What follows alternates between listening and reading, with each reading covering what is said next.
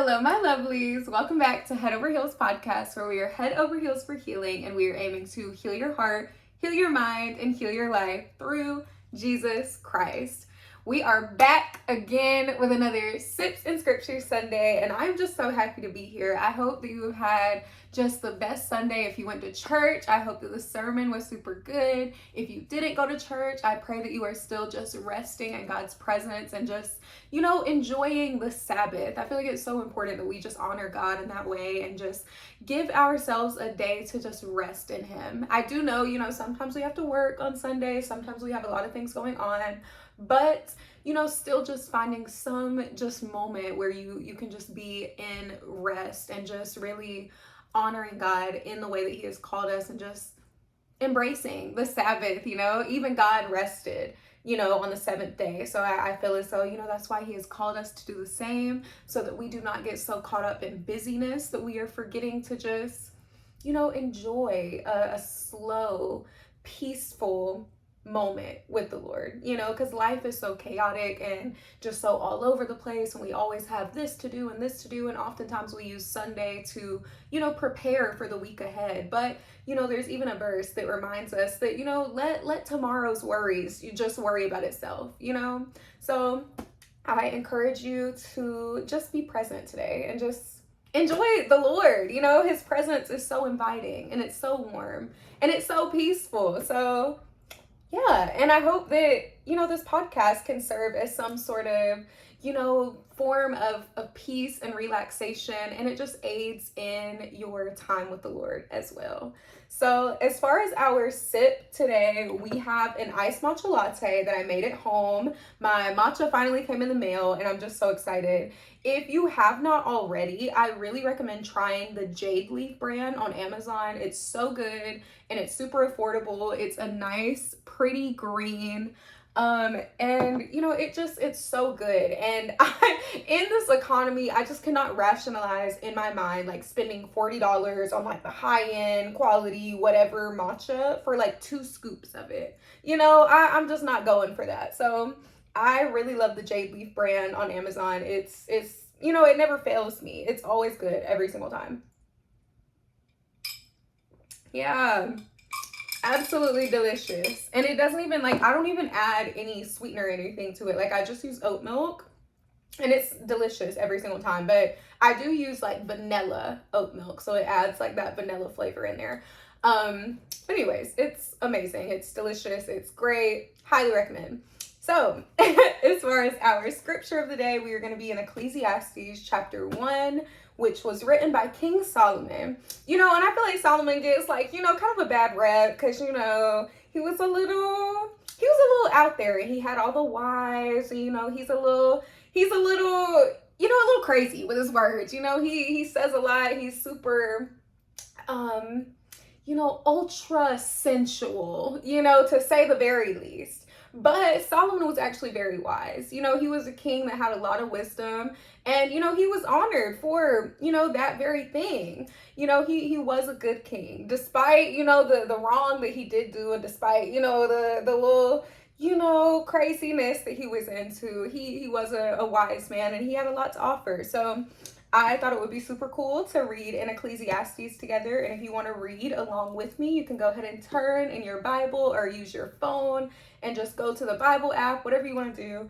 And we can just read along together. I'm reading in the New Living Translation. You can follow along in whatever translation you like.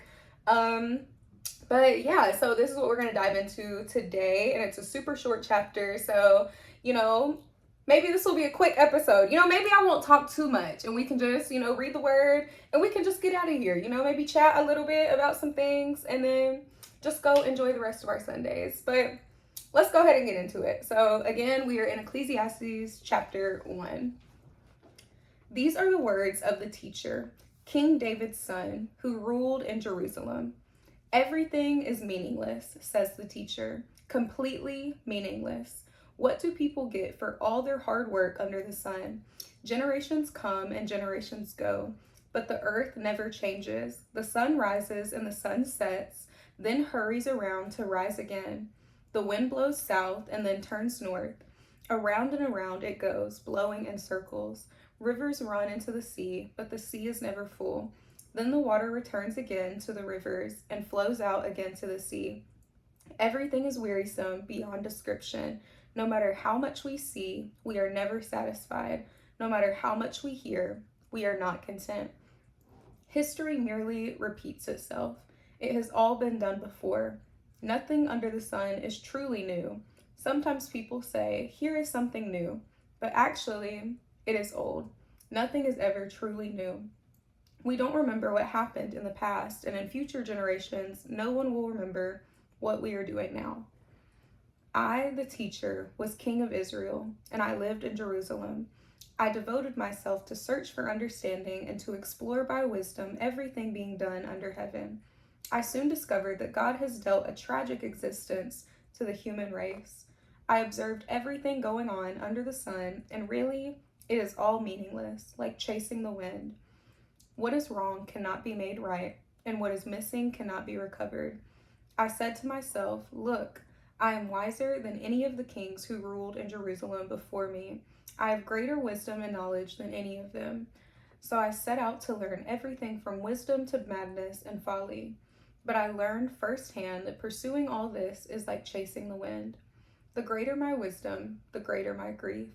To increase knowledge only increases sorrow. Now, come on, like reading this, like it really just sounds like Solomon is fed up. He's over it. He's done. Okay. And I get it. I feel like the centralized theme of, this chapter, he really is just talking about how, all of this is pointless. Everything that we are doing, it's all been done before. We're just basically recreating and remaking, all of the same things over and over, and like generations and generations to come. Like, nobody's really going to remember not everything that we did right now. Sure, there are people and moments that end up making this great impact on history, but for the most part, there are so many things that just go so unnoticed and swept under the rug, and it's like nobody ever remembers anyways. So he's sitting here and he's like, man, what is the point of all this? And I love the end where he said in verse 18, the very last verse, it says, the greater my wisdom, the greater my grief. To increase knowledge only increases my sorrow. And I think that's so profound because it really points to the fact that it's like the more you know and the more like self-aware you become, and especially the higher you go with God and the greater discernment he gives you and the greater wisdom he gives you, much like, Solomon was speaking of, it really does come with a level of sorrow and grief because you begin to see things for what they really are. It's almost like, you take off these rose-colored glasses, or you like escape the matrix, and you're not like still sitting and viewing the world and viewing these things in the same way that maybe, society tries to like trick us into seeing things. I do feel like in the world we live in, I think we are manipulated so many times. I think we are, led astray in a lot of ways. And I think it's to like keep us bound. Like, I think the world and, our government, like they don't want us to be aware because they want us to be, what is the word that I'm looking for? They want us to be, confused. That's really not the word I'm looking for. I don't know. They want us to be misinformed. They don't want us to know, because with greater wisdom, comes greater, strength and ability to be able to stand against the things that they're, trying to keep us bound in.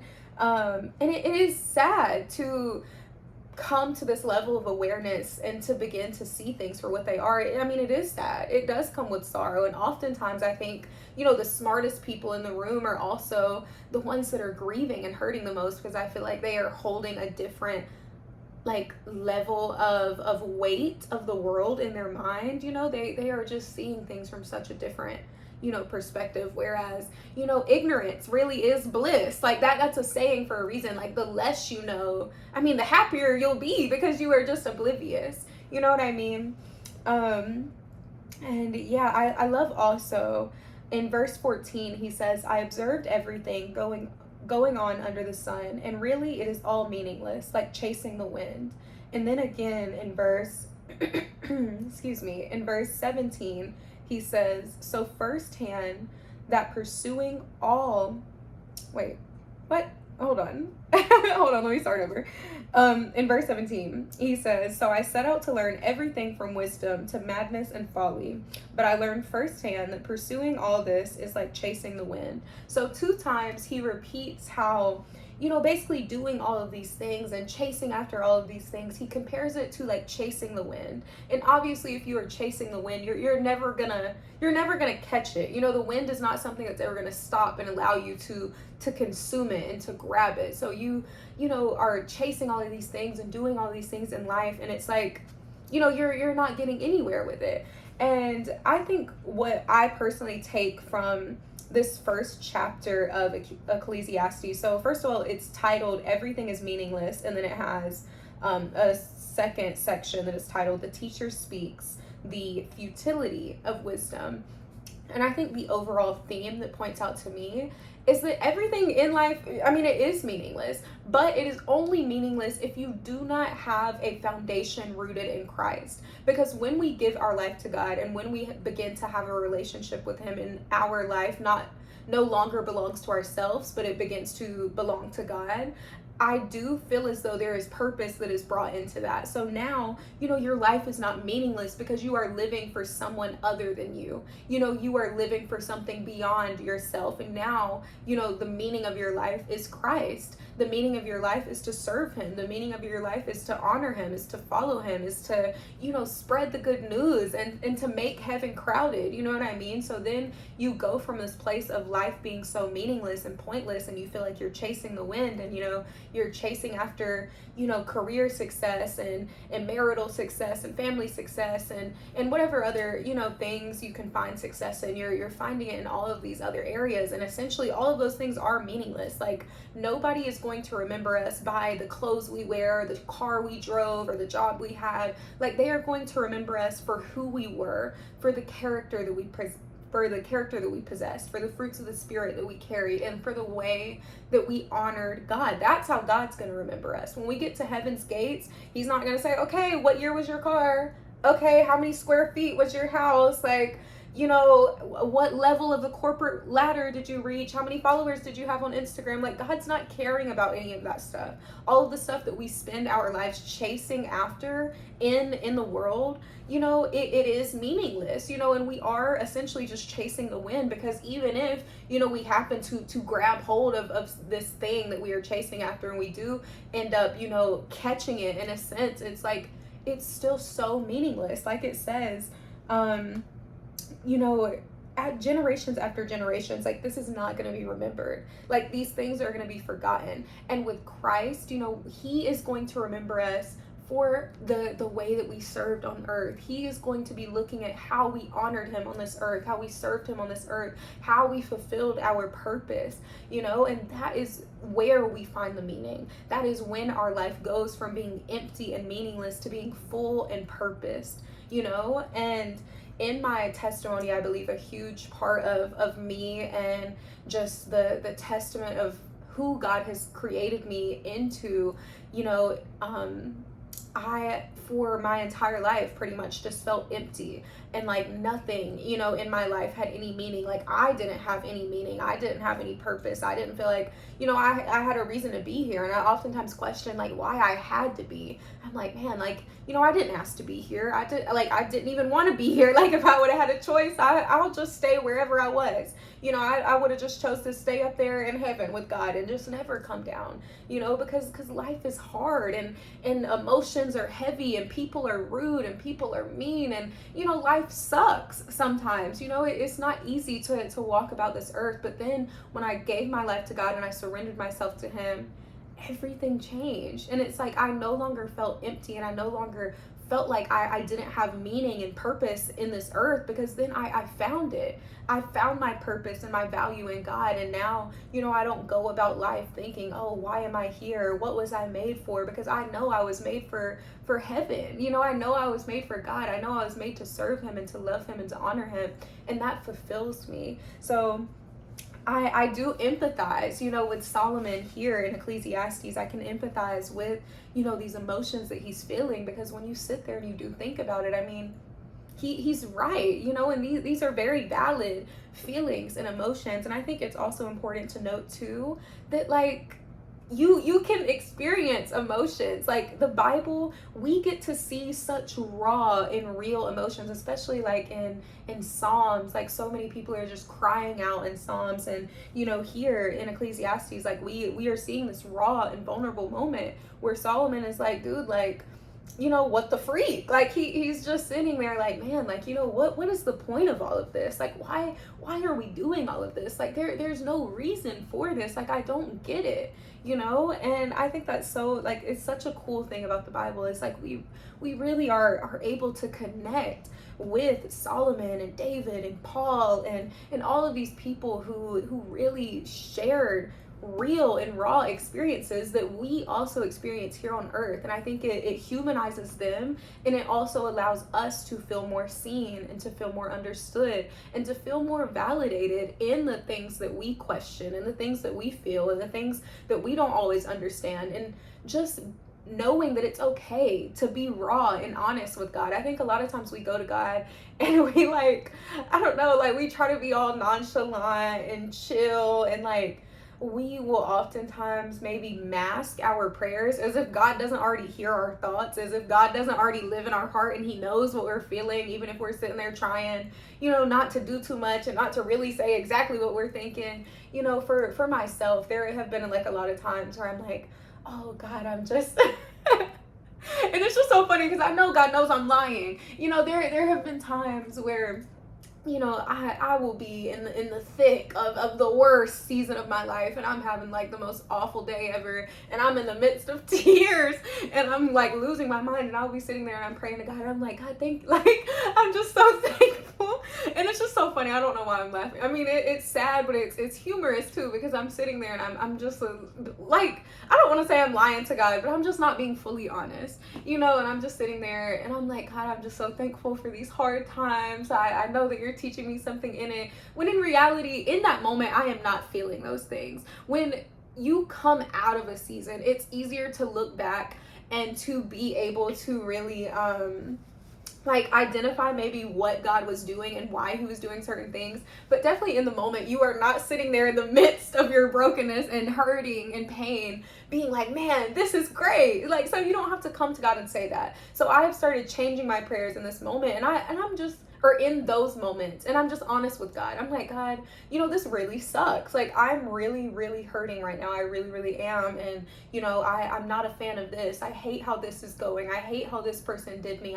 I hate how they treated me. I hate, how this is working out. I hate, that this happened and this happened. And I'm just raw. And I tell him every single thing that I'm feeling and I'm thinking, because I'm like, this is doing me so much better than sitting here and trying to say what I think he wants to hear, and then instead I can still come from a place and I can still be honest and be like, God, I really don't understand what you're doing right now, but I know that one day I will. Or God, I know that everything is not playing in my favor right now, but God, I'm still thankful that I have you by my side. God, I'm still thankful that, it could be worse. I oftentimes get sad and upset when people say that to me, because it feels like, what's the word? It feels like it's like not very, like, empathetic, to what you were going through. It's not coming, it doesn't seem as if it's coming from like a genuine and loving place. It seems dismissive, for if you go to someone and you're, expressing how you feel and what's going on, and they're like, oh, it could be worse.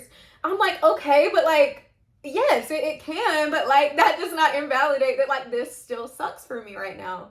But I do think it allows you to be a little more selfless, even in times when you are hurting so much. I do think, it takes a different level of empathy and sympathy to be able to still know that, like, even though like you are experiencing like this pain, like there are still so many other people in the world that are living so many other different lives that have, so many awful situations and things going on, and you are blessed to be exactly where you are, even if it's not exactly where you want to be. Because in all honesty, I mean, people do have it worse. And, I try to remind myself of that, and I try to remind myself that, if someone does say that to me, and even, when God, reminds me of that, and he says the same thing to me, I have to learn to understand that he's not trying to like invalidate me, but he's just trying to get me to maintain a mindset of thankfulness, a mindset that is set on him. You know, he's trying to keep my eyes on the kingdom of God, because there is power in our words. There is power in what our mindset is set on, you know. And if I am constantly drowning in my circumstances and in the situations and in what is going on, of course I am gonna stay in that. But even like if I am sitting in a place and I am hurting, if I am just able to come to God and say, man, like I just trust that whatever my next season is, it's gonna be so much better than this. And I'm gonna hopefully expect that. You know, I'm gonna have a hopeful expectation for what you are able to do. So I'm gonna set my eyes on you and not on my situation. I am gonna set my heart on you and not on my feelings. I am gonna make sure that I am postured in a way to where even though I am hurting right now, I am still looking forward. I'm looking at the light at the end of the tunnel that is who you are. You know what I mean? So yeah, I feel like I'm kind of like veering off a little bit. But you know, I still feel like all of these things are just, you know, important to know and to talk about. And it just ties right along too with just everything that Solomon was talking about, and just, you know, creating that sense of relatability. Because I know for myself, I hate to feel like alone. Like I am so alone in this world. Like nobody understands me. Like nobody gets me. Like nobody's listening. Like nobody truly knows what I am feeling. And I think something that I do often, you know, when I'm reading the Bible, is it allows me to connect with who I am reading about. And oftentimes when I'm reading about Solomon, or I'm reading about Eve, or I'm reading about Job, or I'm reading about David, or I'm reading about like whoever, you know, I'm able to empathize with them. And oftentimes I see so many of my own emotions mirrored in the same things that they went through, and the same things that they went to God about, and the same things that they had to battle and overcome. And it just makes me feel a lot less alone.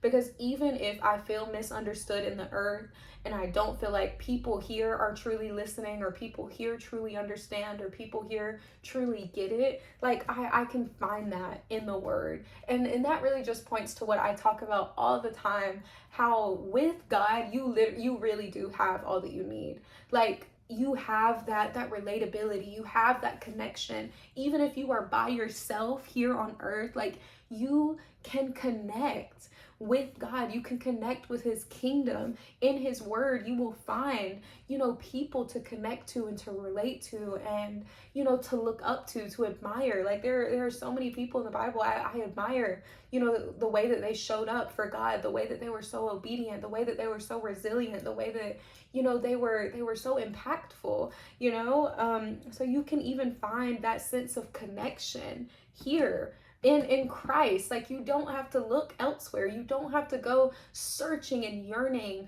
for it, because God, you can be found right here in the word. And that's not to say God will not, you know, still add those things unto you. Like he still doesn't want you to be physically alone, you know. And if you desire friendship, if you desire connection here on earth, you know, God will grant that to you as well in his time, when he sees that not only you are ready to be a friend, but the friends that you are seeking after are also ready to be a friend to you. You know, you don't want to pray and ask God for something, and then you don't know how to be a friend. So then God gives you the friends and you lose them because you don't know how to show up correctly. Or you're praying for the friends and you know, go after the first, you know, girl that you like relate to something on, and then she ends up, you know, hurting you. When God was like, I wasn't even in the midst of that. Like you went after the first thing that you saw because you were starving in this area, but you didn't wait for me to feed you, and you fed yourself instead. You know, so that's why it's also so important to just wait on God. Like God doesn't tell us so many times over and over and over to just wait on him for no reason, because oftentimes we will jump the gun and we will do what we want. We will do what satisfies us because we want a quick fix. We want something, you know, easy. We want something simple. And, we live in a very microwave generation. Like, we don't want to put anything in the oven. If we have, the opportunity to just put it in the microwave for a minute, we're going to do that. If we have the option to go through a drive-through, then go sit down and experience that connection at a restaurant, like, we're going to go through the drive-through, because it's quicker, it's easier, it requires less. You don't have to talk as much. You don't have to wait as long.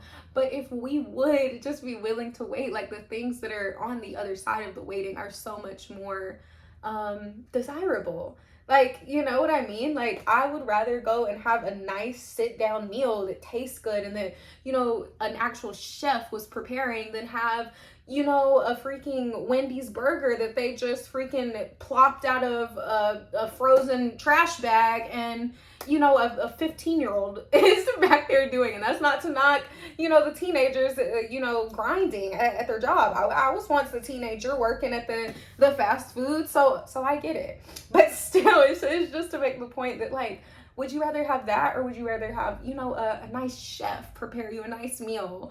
Like, we have to stop wanting so quickly. You just have to wait on God. And it sucks. It really does suck sometimes. Like, there are still some things that I'm waiting on God for. And I'm just like, okay, like, the clock is ticking. Where are you? Like, I've been waiting for so long. And I'll start to come to God. I'm like, okay, like, what do I need to do? Like, is there still something else that I haven't learned? Is there still something that I need to fix? Like, are you waiting on me? Like, and then sometimes I start to get confused. I'm like, maybe God's waiting on me. Like, maybe I need to do something. Maybe I need to fix something. And a lot of times that really is what it is. He's preparing our heart. He's preparing our mind. He's preparing, everything about us to be able to receive what it is that he wants to give to us. He's not going to give us anything prematurely, because he is an on-time God. It's not going to be our time, but it's always going to be his time. And his time always makes a lot more sense than ours, even if it's hard to receive in the moment. But yeah, I am trying to think, are there any other verses that I wanted to specifically note out? Here in verse 8, Solomon, he says, everything is wearisome beyond description. No matter how much we see, we are never satisfied. No matter how much we hear, we are not content. And I think here he's grieving for all of us, and he's expressing probably the same feeling that God probably has with us sometimes too. He's like, man, it doesn't matter what I do. It doesn't matter what I give you. It doesn't matter what I say. Like, you are still longing for something else. Like, you still are wanting for something more. And I think, we really just need to be mindful of that as well, that we are walking in a heart posture of being content, because the Bible tells us that over and over and over and over and over and over and over, to be content. God does not want us to be like these greedy, spoiled brats of children. We are his children, and he doesn't want to have greedy, spoiled children. He wants grateful and intentional and mindful and appreciative and content children. Because why would God, like, think about if you're a parent and you have a child, and you have, this, I don't know, you have a 5-year-old that's always throwing tantrums and, begging and pleading for all these things, always asking for stuff all the time. And then you have this child that is always content with whatever they have. They're always so thankful. They always are so appreciative. They take care of what you give them. More than likely, you are going to be more willing to bless the child that is sitting in contentment than the one that is constantly in your ear, constantly wanting more, constantly like nagging and just being so upset that they don't have enough. They don't have, this. You got them this, but now they need this. You got them that, but now they need another thing, It's easier to bless the one that is content, that is appreciative, that is thankful, and we need to practice that. And I'm speaking to myself too. I do think I am better than what I was when I was like a young girl, but I do think that is still something that lies on the inside of me that I constantly have to like be mindful of. And even it shows up in, my marriage. It's not just, about wanting more material things, but I also see myself doing it in my marriage, in my family relationships, in my friendships, because it'll be like, okay, you know, I asked my husband to work on this one thing, and then he does, and then, you know, I'm like, oh, okay, well, now I need you to do this, and he does that, and then I'm like, okay, well, now I need you to do this, and then that's leaving him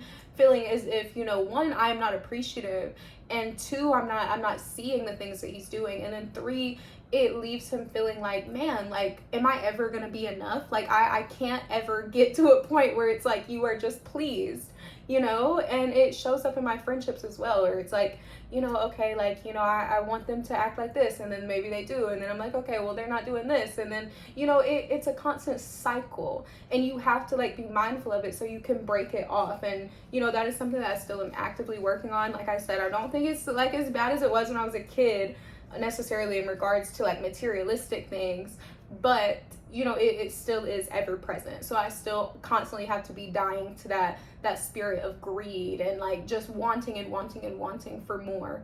And, you know, I need to be reminded of what Solomon says, like, everything is wearisome beyond description. Like, he's over it. He's like, man, this is awful. Like, we suck.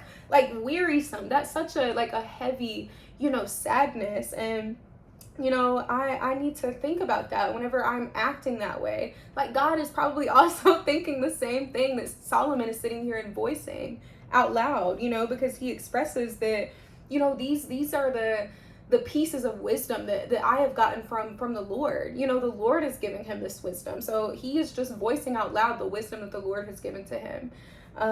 So yeah, we need to be content and be satisfied in what we have, and not, you know, have this never ending pit inside of us that we are trying to fill, because in all honesty, we're never going to fill it. And until we learn what it means to be full of God, we are always going to be just sitting there, like, empty. No matter how much we get, no matter how much we have, no matter how much more, you know, is given to us, if you are not sitting in what it means to be full of God, like, you're just going to be empty, you know. And it does take a level of maturity in Christ and, like, a mindset shift to be able to truly say that you are full of Christ, to truly allow him to be enough, to truly allow him to be just your everything. You know, it really is hard. It's not, like, an easy thing to do, especially when you've been so used to filling yourself with other things.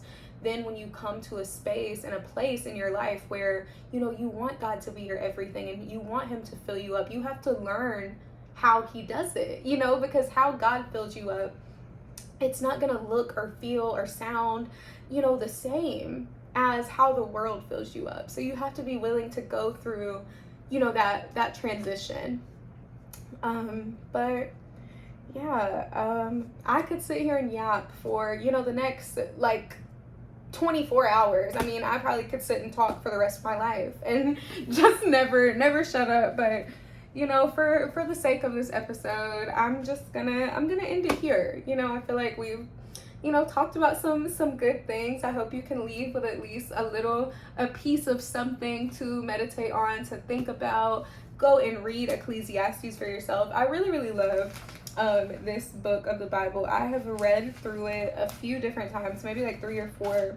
And I especially love chapter 3 of Ecclesiastes. I would really recommend reading that. And maybe, you know, I'll read it together with you guys. It's called A Time for Everything. And I think that chapter in particular really just, like, sits in my heart, because I am constantly needing to be reminded that it's God's time and not mine, that it's his timing, not my own, that he's gonna, like, do it when he wants to and not when I want to, you know. And it just expresses how, like, you know, there's a time to sow and there's a time to reap, there's a time to plant and there's a time to garden, there's a time to weep and there's a time to, you know, shout for joy. Like, there's a time and a place for everything. So I really love Ecclesiastes chapter 3. I really recommend reading it for yourself if you haven't already. And yeah, that's all I got for you guys today. I told you I was going to try to keep it short and sweet. This is the shortest we've ever done. So I'm proud. I did good. I didn't sit here and yap to you guys for like a million hours, you know?